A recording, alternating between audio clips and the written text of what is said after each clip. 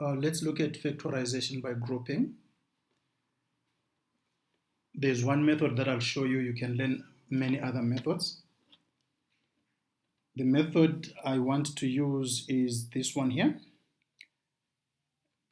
First of all, please take note. You will know that you need to use grouping if you can count like 4 terms in the expression. I think for you guys, just look for 4 terms. Like there are 4 terms in this one expression. So you can suspect that we will use grouping in this case.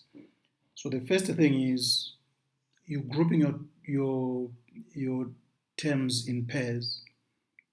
Like 4x squared plus 4x squared can be grouped together, especially group them in such a way that they do give you some factors. And 5x plus 5 can be grouped together. So the method I propose is this one here. Take your 2 terms and put them inside a bracket. Then put a plus sign. Then for the other one, the other 2 terms, put them inside a bracket as well. So this is what I'm doing. I'm taking this and putting it inside its own bracket.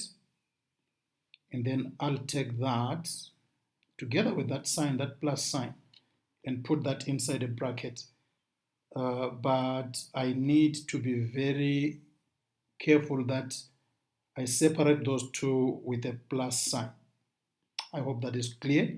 So I'll put the plus 5x in there, plus 5. Right.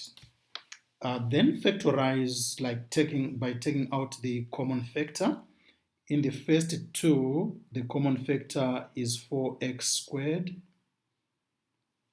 and that leaves x plus 1 inside the bracket. I'm going to put my plus sign down there. And then for 5x plus 5, what's common is the plus 5. So I can write the plus 5, but I know that the plus and the plus that is already outside will just change to a plus. So I can just leave it like that and just put a 5. And then inside the bracket, I have x plus 1. Now I've got 2 terms here with a common factor of x plus 1. So we then move that x plus 1 out there, but we keep it inside the bracket.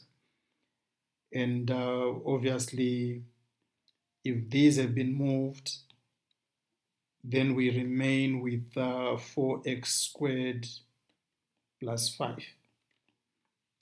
And that will be our answer. Let's look at one more example.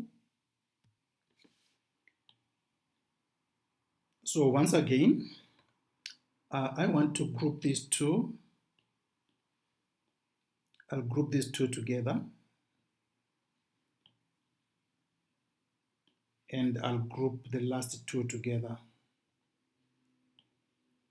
So I'll put these inside a bracket. Sorry. So I'll put those inside a bracket, but there should be a plus sign between the brackets. Just make sure that that happens. So in the first bracket, we have x squared plus 2x, x cubed plus 2x squared. And in the second bracket there, we have a negative 2x minus 4. Now, the first 2